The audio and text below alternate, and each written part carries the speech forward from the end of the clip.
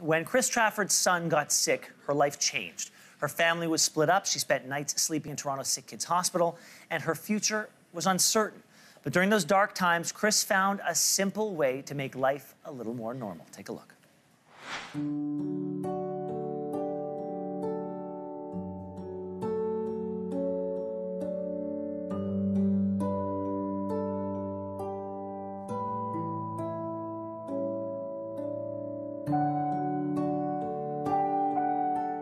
When Brody was born, everything seemed normal at first.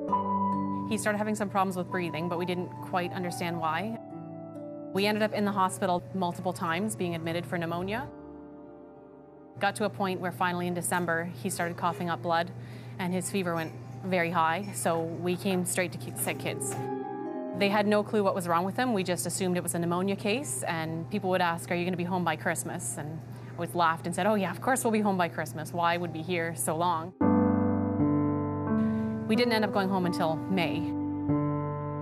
For the first 13 weeks, it was just test after test after test. Every day was teams of doctors coming in trying to figure out what was going on. It was chaos.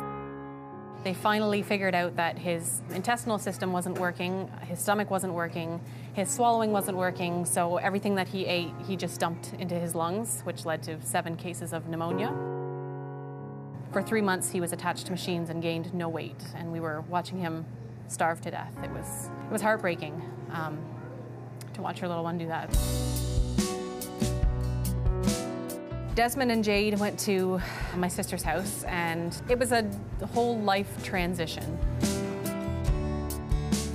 My husband had to go to work. He couldn't be here. Life still goes on. There's still bills to pay. So I was with Brody, the kids were with my sister, and Graham was at home at work, and it was hard to be separated.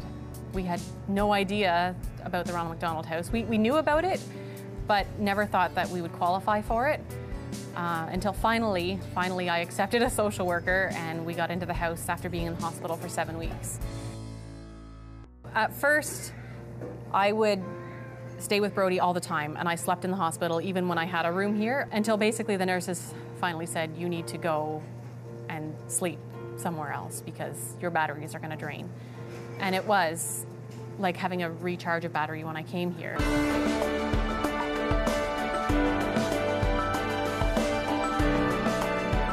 Growing up, we baked with my mom. It was just something we did. I baked with my younger sister. My younger sister is my best friend, and we've always baked together. And I went into the pantry one day and I saw all the baking stuff, and I finally said to someone, "Can I bake? Can I just bake cookies?" And of course they said, "Yeah," and I clearly don't need to eat 9 dozen cookies, so I would just put them out on the counters and people would come and eat cookies, and it felt so good to me. The smell of cookies is home. I think that was kind of my therapy, to see that I could put a smile on people's face. It's rough, it's hard. Everyone's stressed, and when you come and you eat a cookie and you can just sit down and try to forget about the tough stuff for a little bit, just being able to make people smile was therapy for me.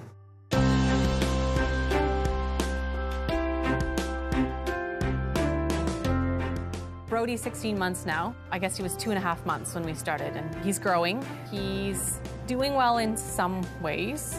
He's right where he should be in the growth chart now. We have the constant struggles of infections in the lines. If he gets a fever, if he's 1 degree above normal temperature, we're admitted into Sick Kids immediately. So we kind of live out of a suitcase, which is difficult. We don't know what's going to happen with Brody. There's not enough research done on intestinal failure. We don't know why his system doesn't work. A lot of babies who need all the tubes, they're born with short gut or they're preemies. Brody had all the pieces, but for some reason they don't work, and we don't know why. Maybe they'll work in 6 months, maybe they'll work in 6 years, maybe they won't. We just go day to day, and that's, not knowing is hard. That's the hardest part.